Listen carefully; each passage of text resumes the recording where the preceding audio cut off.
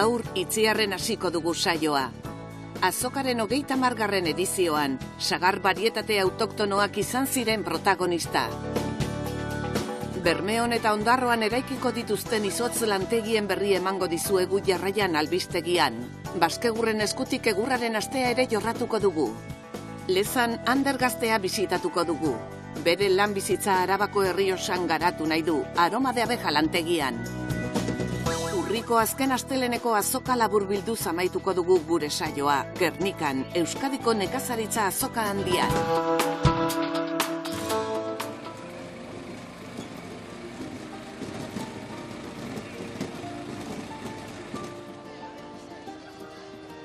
Urriaren batean, larunbata, Itziarko Periak 30. edizioa ospatu zuen. Azokan, bertoko sagarren balio handia azpimarratzen dute. Bezperan, Maider Lopetegirekin izan ginen fruiteleko lehendakariarekin. Azken prestaketak egiten ari zen sagar autoktonoen lagin handi bat eramateko. Euskadin sagar barietate oparoa daukagu. Hemen, azokan erakutsitako hainbat barietate ikusten ditugu, maiko sagar batzuekin batera.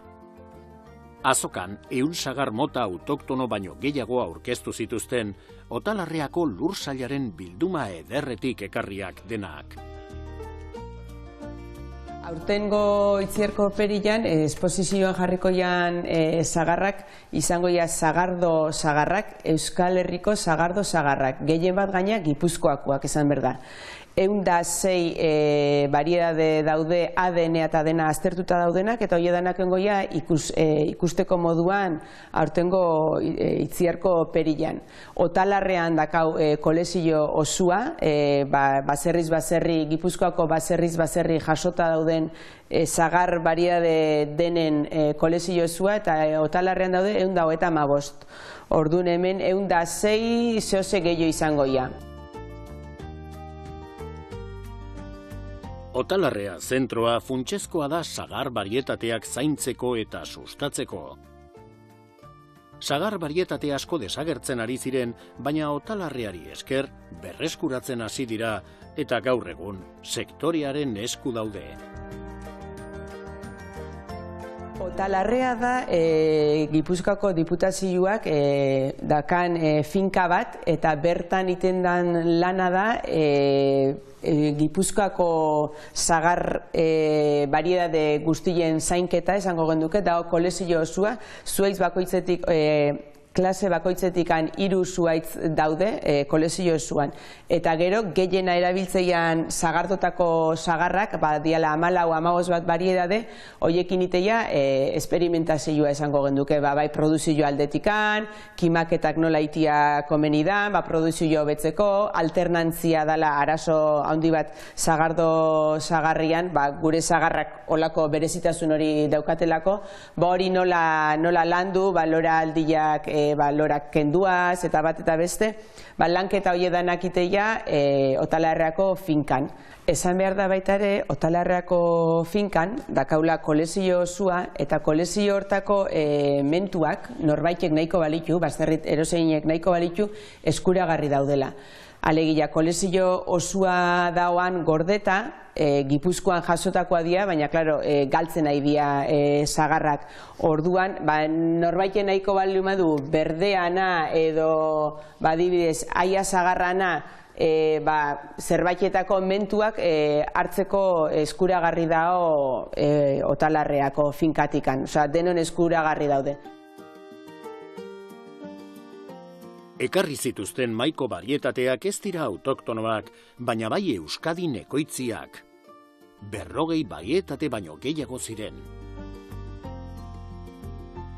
Itziarko azokak 30 urte daramatza udalerriko bizitzan lekua izaten, eta herri osoak hartzen du parte. Eskerrak hemen berdia, herri guztia implikatzeala, antolakuntzan egoteia 6-8-10 pertsona, baina gero egunian bertan herri bolondrez askok jarduteue lanian, jardute deu, eta asko eskertzea. Eta Itziarko Peria bolondrezei esker itean peri bada, herritik ertendako peri bat da.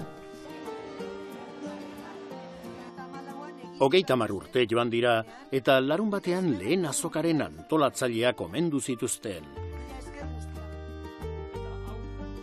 Aurten esan deten bezala, 30. urte urrena da, Itziarko perillana, eta hor aurreian ibilizianei omenalditxo bat egin nahi zaie, perilla sortu zuten oiei eta tiraka ibilizian oiei. Olako, 6-8 pertsona izan zian tiraka ibilizianak, lanien herri osua ibilizan, orduan ere, eta pixkat oiei aipamen berezi bat ingo zaie egunian bertan, eskerrak emateko. Azoka hau oso garrantzitsua da gure sagardo-sagar barietateen ondare oparoa ezagutzera emateko. Itziarrek eta herri inguruek lotura handia dute sagarrondoekin. Astigarraga kainako lotura gutxienez, baserri bakoitzak dolarea duta. Segile esan berda, Gipuzkoan sagar bariedade ikeragarri da, oso aberatsa da Gipuzkoa sagar bariedade dagokienez, gehien bat sagardo-sagarrak, baina horri eman nahi zitzaion leku bat. Ze Astigarragan sagar asko da, baina Itziar inguru hauetan ez sagazti pilo bat daude, eta horri leku bat eman nahian, ikusgai egongoia sagar bariedadiak eta gero horren inguruan makinariare, bilketarako makinaria desberdinak, podarako makinaria, kimaketarako makinaria desberdinak.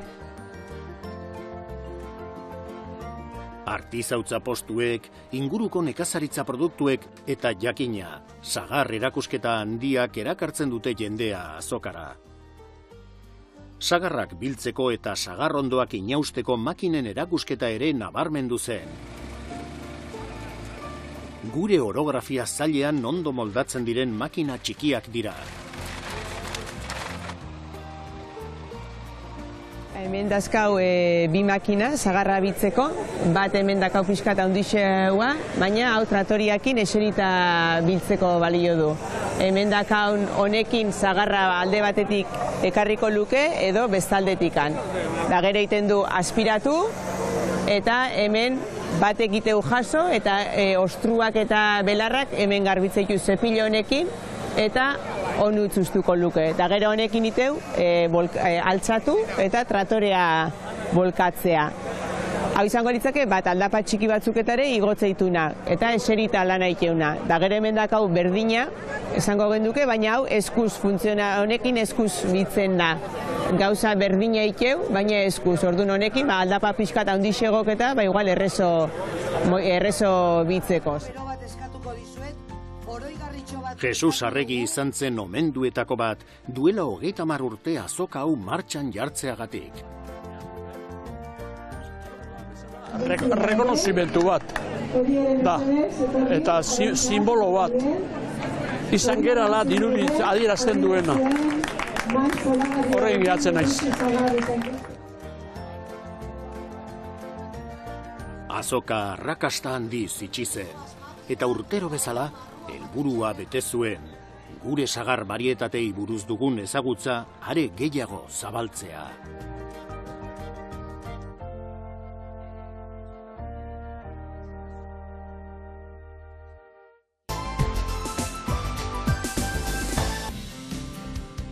Eusko Jaurlaritzak izotz lantegi berriak sustatu ditu Bermeoko eta Ondarroako arrain lonjetan. Horri esker, lonjetan bertan egindako izotza edukiko dute berriro, eta arrainontziak ere izotza zornitu ahal izango dituzte. 6 milioi euro baino gehixeago inbertituko dituzte bi instalazioetan, eta uztailerako martxan egongo dira biak. Eusko Jaurlaritzako elikadura, landagarapen, nekazaritza eta arrantza saila oraindik ere lanean ari da, gure herriko arrantza sektoreari balioa emateko.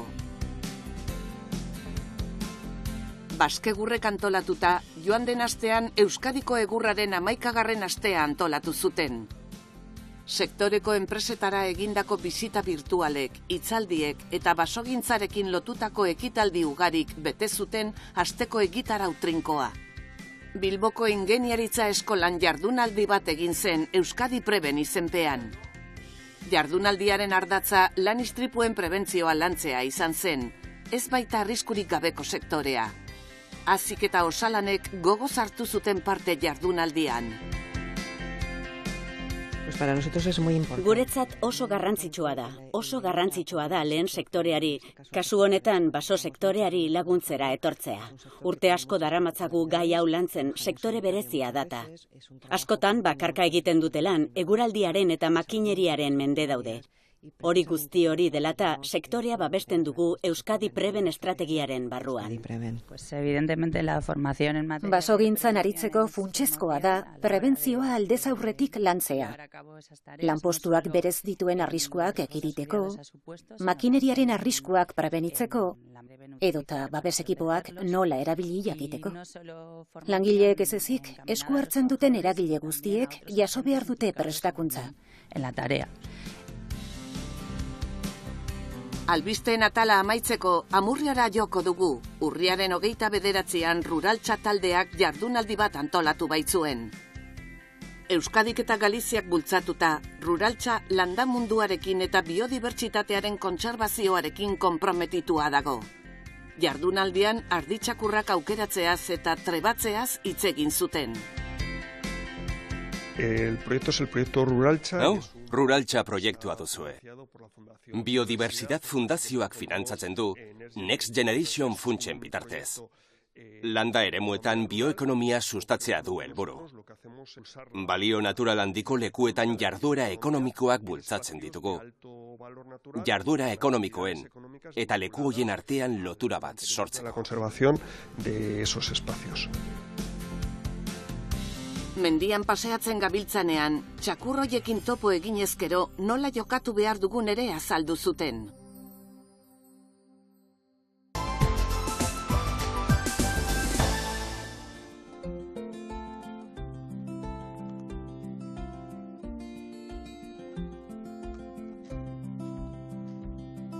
Arabako Errioxan, Lezako udalerri txikian, Ander Rabaitua bisitatu dugu.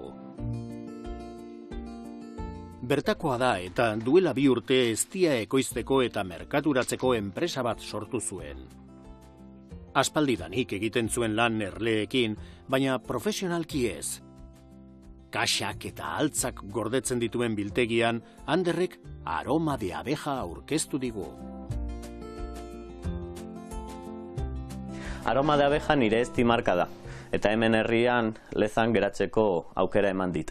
Hemen nire biltegian gaude, eta hemen ikusi dezakegu erlauntzaren gainean jartzen diren gorputzak, hemen erleek eztia gordetzeko. Hemen ikusi aldezakegu barruan daukatena, argizari lamina fina bat da, eta haiek erleek estiratzen dute eta barruan kriatu eta eztia sartzen dute. Biltegitik metro gutxira eta Lezako herrigunean bertan ere eztia ateratzeko gela dago. Eztia zentrifugazio metodoaren bidez ateratzen da. Bildutako eztia barrika batzuetan gorde eta gainazalean geratzen diren espurutasunak kentzen ditu. Hemen eztia garbitzen gaude, eta goian geratzen den margizari eta zati txikitxoak kendu diot filma goian jartzen eta kubo zaborrera botatzen. Anderrek zentrifugagailua erakutsi digu. Eztia duten abaraskak sartzeko espazio batzuk ditu. Hemen ikusi aldezakegu eztia ateratzeko makina, hemen panelak sartu eta indar zentrifugaren bitartez ateratzen da eztia eta beko aldean geratzen da. Eta gero kubo handi hauetan sartzen da.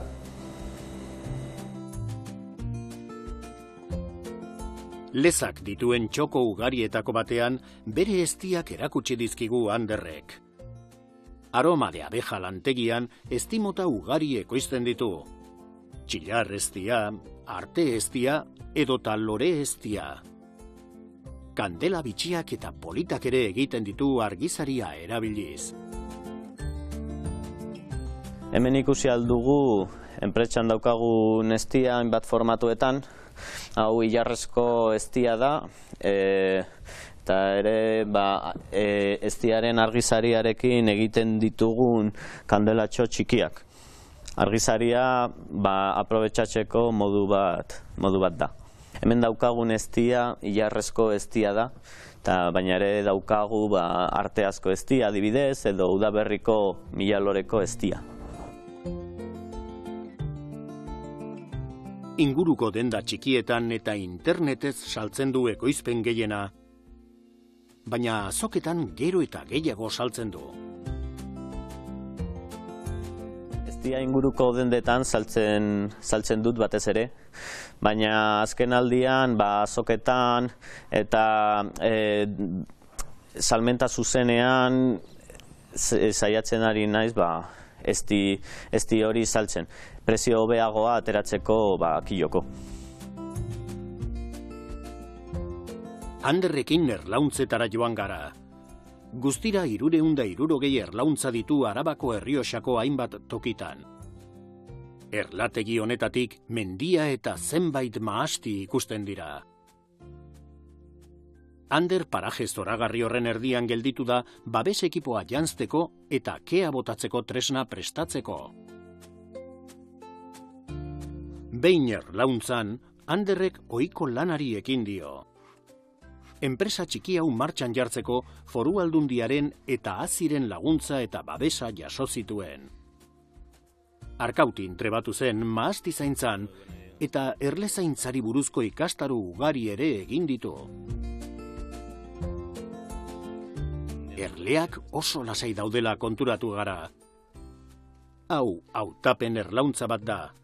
Hautatutako erreginen bidez emaitzak eta gaixotasunekiko erresistentzia hobetu egiten dira eta batez ere erleak gobernatzeko modua. Erlauntza mantsoek eguneroko lana errazten dute. Erlauntza hau bere ezaugarrietatik aukeratu dugu, datorren urterako ama izateko. Hemendik aterako dira, datorren urtean egingo ditudan erlauntzak.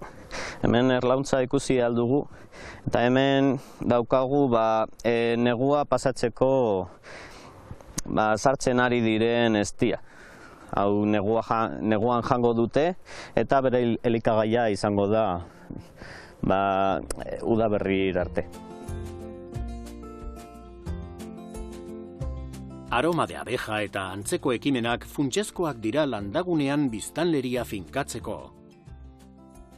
Ander lezarekin konprometituta dago eta bere herrian bizi eta lan egin nahi du.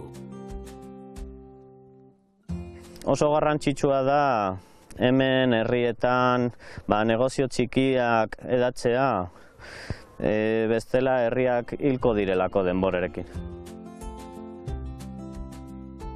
Abaraska honetan, Anderrek erregina erakutsi digu. Hemen ikusi aldezakegu erlauntzeko erregina. Erregina oso ona da, mantsoa, eta datorren urterako hemendik aterako ditugu, egingo ditugun kumeak. Sasoi honetan erleek ez dute eztirik egiten. Neguan erleak abaraskan geratzen dira eta euren eztia jaten dute. Urtero hainbat kilo utzi behar dira erlauntzetan, haiek negua pasatzeko. 10 edo 15 kilo inguru. Ander utzi baino lehen, zoriondu egin dugu ekintzaile ona izateagatik eta ilusio handiz ekimen eder bat martxan jartzeagatik. Anderrek merkaturatzen dituen produktuen izena hori da, aroma de abeja.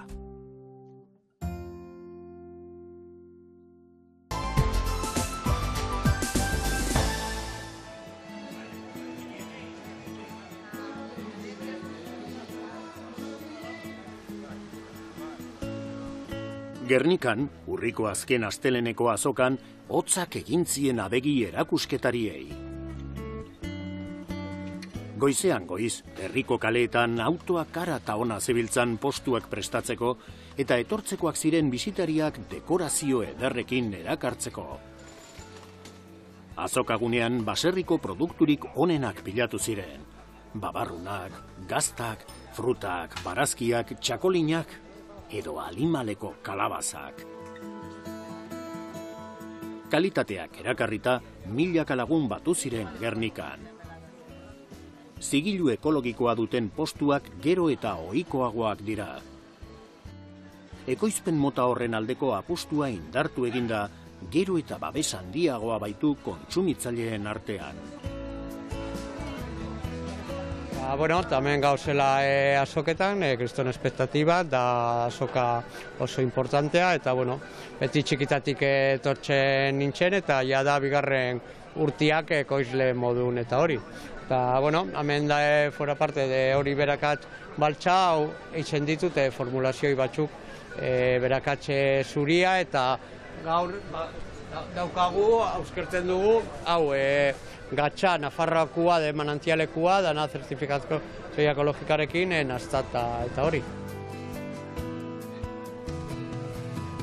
Ekoizle veteranoak ere etortzen dira, salmenta onak lortzen baitituzte, eta urte osorako bezero berriak lortzen dituztelako baita ere. Habitual todos los lunes. Ez gaur bakarrik, astelenero ere bai. Astelenero etortzen naiz plazara. Gaur postu gehiago daude? Ondo, oso ondo. Muy bien. 30 urte etortzen. Lehenengotik naiz neu. Eta gero, segiduko dauei nire alabak. Segiduko dauei postuakin, eta ni retiro egiten naiz. Nire urte asko etortzen nabil, eta kliente asko ladakat, eta guk ondo sartzen du. Klientelaki. Amaiak lekukoa hartu du familiako gaztandegian. Haren gurasoak ez ziren Gernikara etortzen, baina berak etortzea erabaki du, eta astelenean estreinatu zen. Nire lehendabiziko aldie da Gernika etortzen naizena, urte bete da makit profesionalki onta dedikatzen, aitei errelego hartuta, eta pixkat etorria ezautzea zer dan, eta azkenen hain importante dan feri bati aurrea bidea emateko, gu beharrezko gehala uste dut. Astelen honetan, Hektor ere etorri zen estreinako aldiz, Arabako Errioxako olioak sustatzeko eta ezagutzera emateko.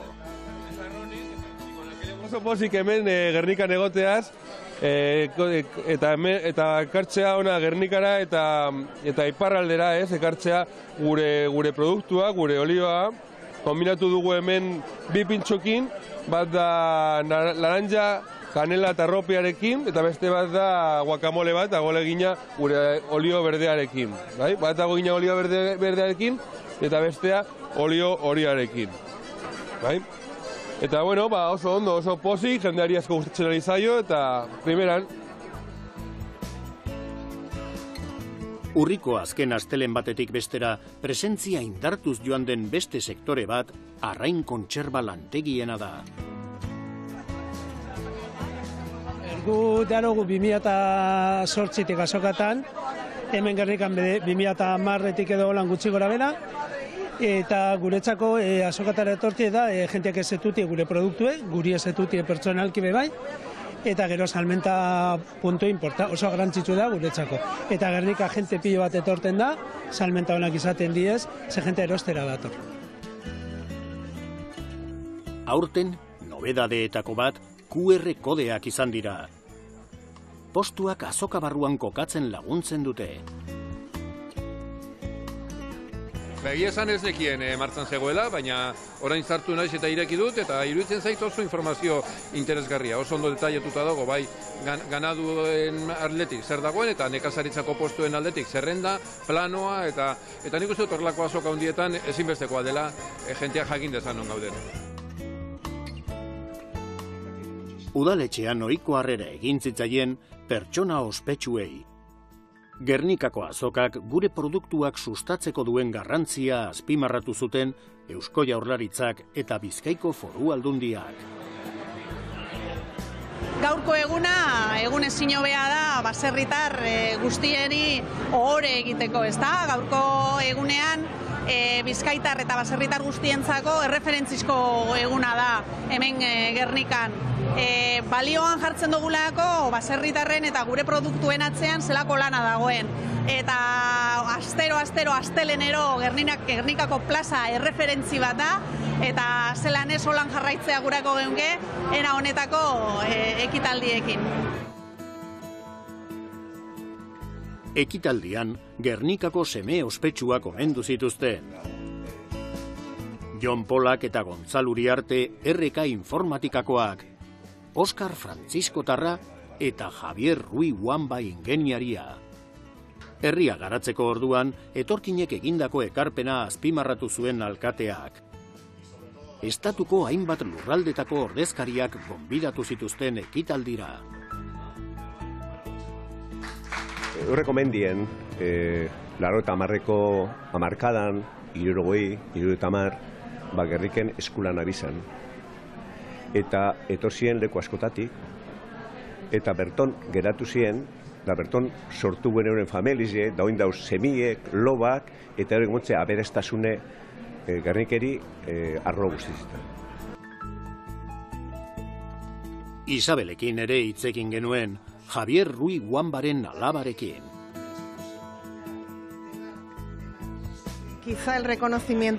Agian ilusio gehien egingo zion omenaldia Gernikako hau izango zen.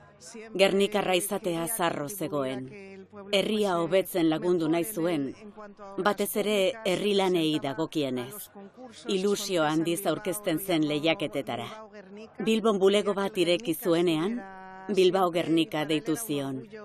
Gernikarra izateaz harro zegoen, beti. Eta hemen lurperatu genuen duela hilabete, berak nahi zuen bezala. Agur jauna abestuz. Arro egongo zen, eta zinez eskertuta nago. Ordurako Gernikan jendetza handia zebilen, eta Imanol Pradales lehendakariak hainbat stand bisitatu zituen. Kioskoan, epaimaiak sariak banatzeko azken prestaketak egiten ari ziren. Barazki atala bihortxatxuk irabazi zuen, fruta atala Usarbeitik, eta lore atala Urtaberrik. Lore eztien atala Baskones eztiak eskuratu zuen, eta txillar eztien atala Mikel Jauregi Altzok. Txakolin sariak La Pazaran, Telleri Berria eta Erdiko Etxea upategientzat izan ziren. Gaztaleiaketan, Ricardo Remiro Nafarra atera zen garaile. Arro gauze, etortzen garen 3. aldia da. Iaz 2. postuan gelditu ginen, eta aurten lehen saria eskuratu dugu. Gernikako azken astelena urtero bezala, Euskal Nekazaritzaren jai handia izan zen. Maila goreneko produktuak mokofinen eskura egon ziren. Gainera, garrantzitsua da 0 kilometroko produktuak kontsumitzeko premiaz kontzientziatzea.